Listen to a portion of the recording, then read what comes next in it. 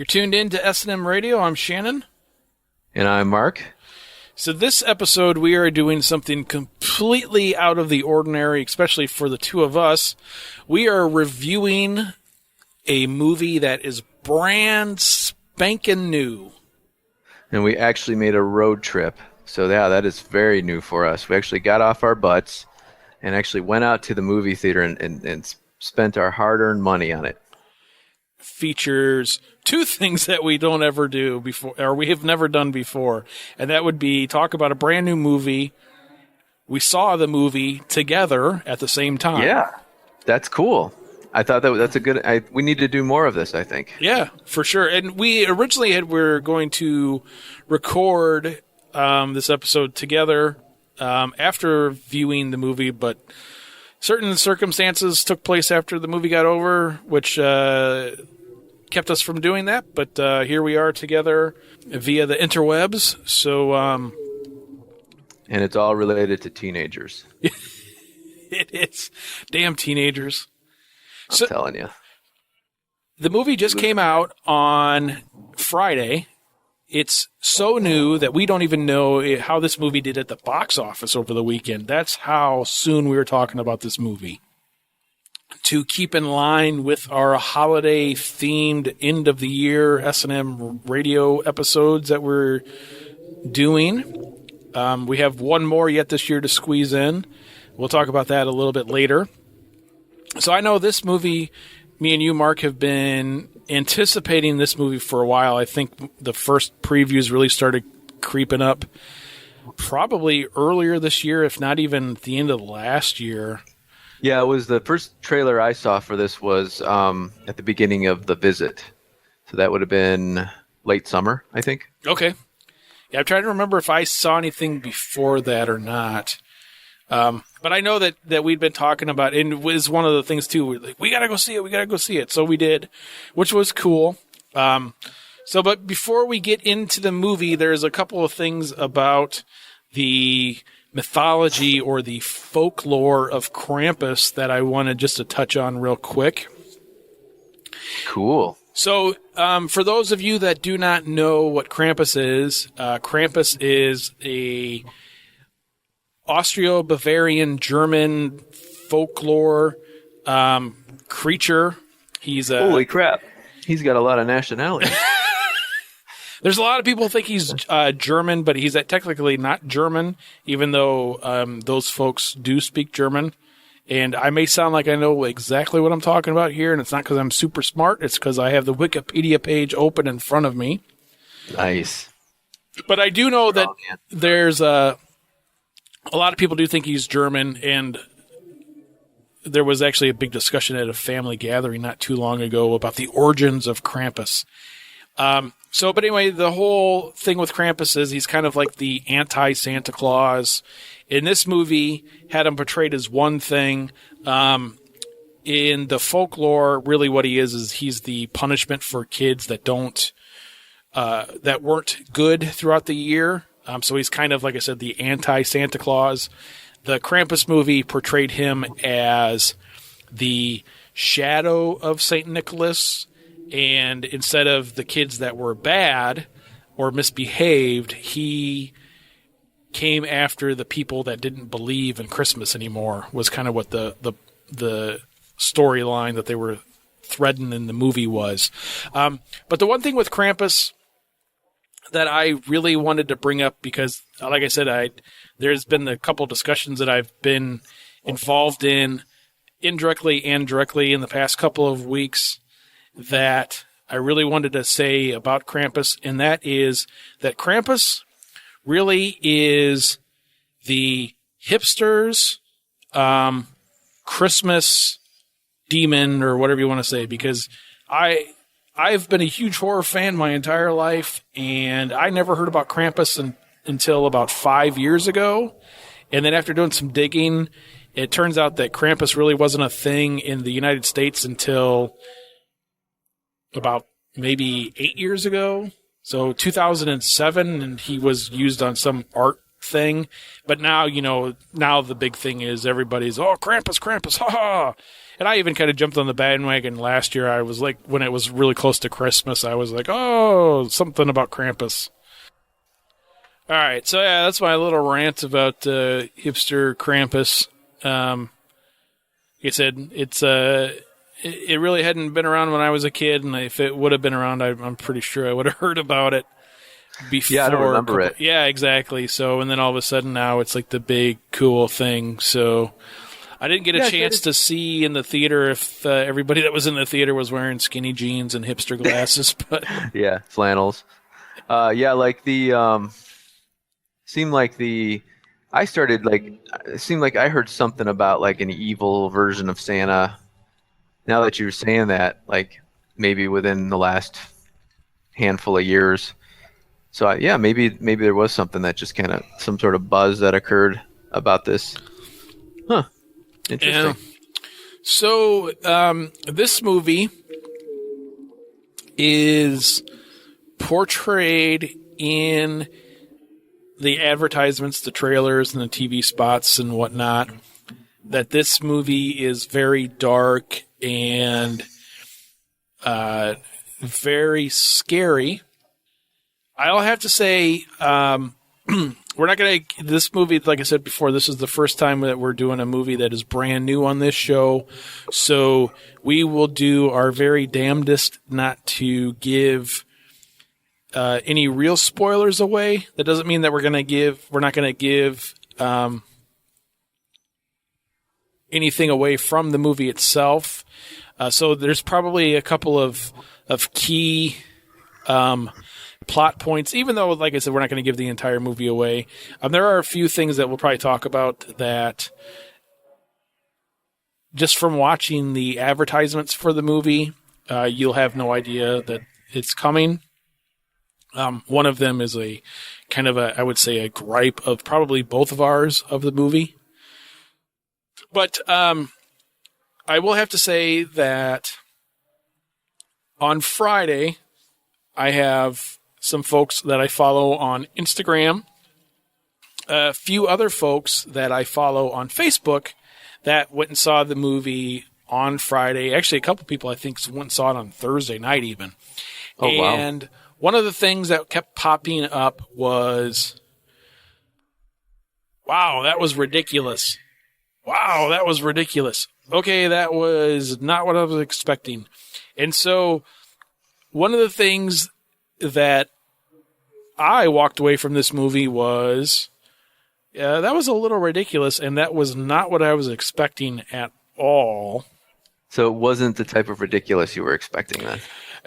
No, not at all. I was not prepared for the ridiculousness that I witnessed this afternoon for the movie. And when I do say that is ridiculous, I don't want to steer anybody away from the movie, but I will say that it was ridiculous. There was a couple of things to the movie that were definitely ridiculous, but I will say right away that I did enjoy this movie quite a bit. Actually, more than I thought I was going into it, because I had one perception, and then from looking at what a couple of people were saying over the weekend, I was starting to develop another perception of the movie, and then it turned out that both of those perceptions were completely wrong, and what the end result was completely different than I was expecting going into it.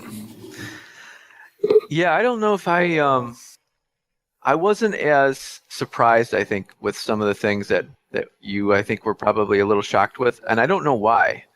But I think like I kind of went into this knowing that there was going to be a little bit of silliness to it. The one thing that I will say that I had hoped it would be like, well, this is Michael Dougherty. He directed this film, and I'm a big fan of his film that we've talked about before on the show, Trick or Treat. Trick or Treat really kept my attention. And it just seemed to really move pretty quickly. This movie was good, and I think he captured the Christmas scenery and the environment and made it very horror-esque, which was great. But I think it's, for some reason, this movie seemed to be a little bit slower than I had anticipated. I thought it would have been a lot more fast paced. And maybe I need to see it again. I think this is definitely a movie I'm going to have to see again. You know, it's funny. I think this movie is very similar to like my response to this is very similar to what I think your response was to the first time you saw Trick or Treat, where you something was kind of off about it, and like but then when you saw it another time, you're like, oh, that was great. And I think that might happen to me, where I would say I liked it. So I think maybe I liked it more than you like Trick or Treat, but at the same time, something was amiss a little bit, and I think it was just maybe didn't seem like enough stuff was happening the way it should have quickly enough. Sure, yeah. The one thing that I got out of the movie right away when it first started was that the setting and the way that the beginning of the movie unravels. Holiday movie, you know, a dysfunctional family, kind of like the National Lampoon movies, or you know, even some of the other ones too. You know, Home Alone or any of those. You know, you have this dysfunctional family that none of the family members really get along. More family members come to the house, and you know, there's the mom and dad and kids and a grandmother or grandfather, and then some aunts and uncles. Then the misfit nieces and nephews kind of thing. So the one thing that I really gathered from this movie when it first started off was that, you know, this is a typical regular run-of-the-mill holiday family movie, you know. And one of the things that me and my daughter had talked about on the way home was the fact that if this movie would have been just a little bit less darker than what it was, it could have been a family holiday movie that, you know, you throw on Christmas Eve with, you know, the relatives and stuff. Granted, you know, you probably wouldn't want to do it if there's like little kids, but, you know, if it's a bunch of teenagers and, you know, you got grandma and grandpa sitting around and everybody's having some eggnog and, you know, a couple beers and stuff and, throw it on the Krampus. It'd be a good time. Like you said, National Lampoon's kind of comedy thing going on. But then it does get pretty dark. And then once it gets dark, then you really start to feel that, oh yeah, this really is a horror movie. But I thought that was really done well. That kind of mixture of that, because it kept it, you know, it really kind of set the tone of the family and what was going on with them and who they were. And then, you know, and then you get the dark side kind of peeking up. And then once that happened, it was like, oh, okay, very cool. So yeah, The thing with when it got dark was while it did get, you know, there was a couple of scenes where it was pretty dark. To me, it almost reminded me of like Gremlins when it got dark. To whereas if it would have been a little bit lighter, it would have been like Gremlins.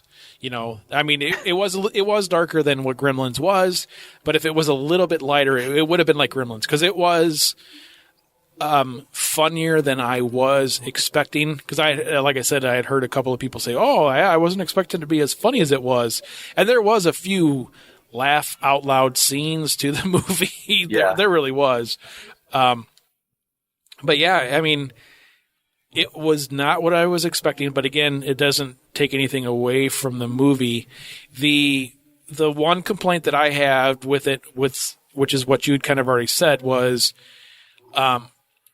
did seem to take a while to get to where it was going with the storyline. You know, it was, we were probably well into halfway through the movie, if not even maybe a little bit more, before Krampus made an appearance on screen. And then even then, you know, we saw him in the background, got a glimpse of him, but then it still took another good quarter of the movie to really get going. But then once it got going, then it was like, whoa, because you had actually got up to use the restroom, and then it kind of kicked off, and I was like, oh shit, Mark's gonna miss half of this movie. You don't hurry up. Yeah, it did get, like, once it really started going when the girl went to go to her boyfriend's house. That was when it started to really kick in, I think. And I thought the Krampus monster was pretty cool. Like, I mean, I know we talked, off air about the face of the character was a little phony looking, maybe, but I think like just it was pretty menacing looking. At least the shape of it and the how big it was and how it moved, and so I thought that was creepy. Some of the minions were good. Some of them were a little. I don't know. What'd you think about that? Like, what'd you think about like the elves and stuff like that, where it was clearly they were, I mean, everything was pretty much practical effects, which was cool, but like, it was very. Once that started taking place, and like you had said too, once the Krampus figure came into view, you could tell that everything was masks. I mean, it looked very much mask-like. In the distance, everything was kind of creepy, but then once stuff got up close, you were kind of like, oh yeah, that's a little fake. And maybe that was done on purpose. I'm not sure. Could have been, yeah. But I know that, that's taken away from other movies in the past. But again, if it would have been all CGI'd and everything would have been, me and you would be bitching about that too. Oh, so. Yeah, this is such a weird movie. It's like, I need to watch it again. I think I need to go sit down and watch it again. I keep thinking about it, and it's like, I really like that. And then the way you described some things is, because I did like all that practical stuff. I like the Jack in the Box monster. I thought that was cool. I like the weird bird owl thing. It's like all this stuff that, like, yeah, if this would have been like all CGI, you and I would be like, oh man, it was all animated. And again, the gingerbread men were, but yeah, I mean, like the use of all that practical effects was really cool. So I'm kind of in a weird place with this movie, man. It's like now I'm starting to like it again. I'm like, wait, this was really good. So now you just brought up again that we're like I said before, we're not going to give the end of the movie away, but we are giving a couple of pieces to the movie away. And one of the things that you just mentioned was one of the other things that kind of took me back a little bit, and that was the gingerbread men in this movie. Again, not to give anything away, but there are some gingerbread men in the movie, which when you first see them, you are like, is this Shrek? What the heck is going on? and then there also is a sequence in the movie that is fully animated. Like, I'm not going to say what it is. I'm not going to say what it's about. But there is a sequence in the movie that is fully animated. And again, it's kind of one of those things where you were just like, am I watching some weird kids movie? I don't understand what's going on. And not that it really took anything away from the movie. It's just one of those things where, again, from watching the trailers and the TV spots for this movie, you're just not really expecting it. Yeah. So, but I mean, overall, I would say that I went into this movie with a little bit lower expectations after hearing what some other people were saying about it. But then I actually walked out of the theater going, oh, you know what? That actually wasn't that bad. I kind of liked it. Well, I guess I kind of went in. I think I came and went about the same. But now, like, after we're talking about it a little bit more, I'm like starting to like it a little more now. I'm going to say it was a very well done movie. I think the acting was good. I thought the characters were great. I thought the kid did a really good job. And I was trying to figure out, I thought that kid was the redheaded kid from Trick or Treat, but I kind of looked him up, the main character Max, and it doesn't seem it must not be him. But I thought that was like the principal's son. Do you remember? Oh, sure. It seemed like it was him. It's just like he seemed like he talked like him, and he looked like a little bit of an older version of him, minus the hair color was obviously different. But I thought the creatures were cool.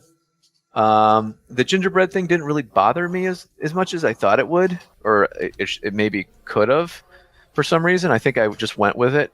The animation scene actually was, for some reason, I thought it was okay too. Like, it just kind of reminded me of like Corpse Bride, Nightmare Before Christmas, something like that. It just kind of fit with the tone of it. I'd have to say, yeah, it's definitely a recommend. It's just one of those movies I think I'm going to have to watch again to really appreciate it. Mm-hmm. Yeah, and the other thing too, which is, I mean, this was obviously a big studio horror movie, and I do say horror in quotes because I really didn't think that it was, like I said, I wouldn't really consider this a flat out horror movie. Okay. Unless you were going to say like Gremlins or something was a horror movie, which I guess you probably could. For the most part, I mean, that I wouldn't say they're A-list actors throughout the movie, but they are definitely recognizable faces, even though most people aren't going to know the names of the folks in the movie. But pretty much the main characters in this movie were people that I did recognize from other things, except for the kids. But everybody else, I was like, oh yeah, I know him. I've seen him before. Oh yeah, I've seen her before.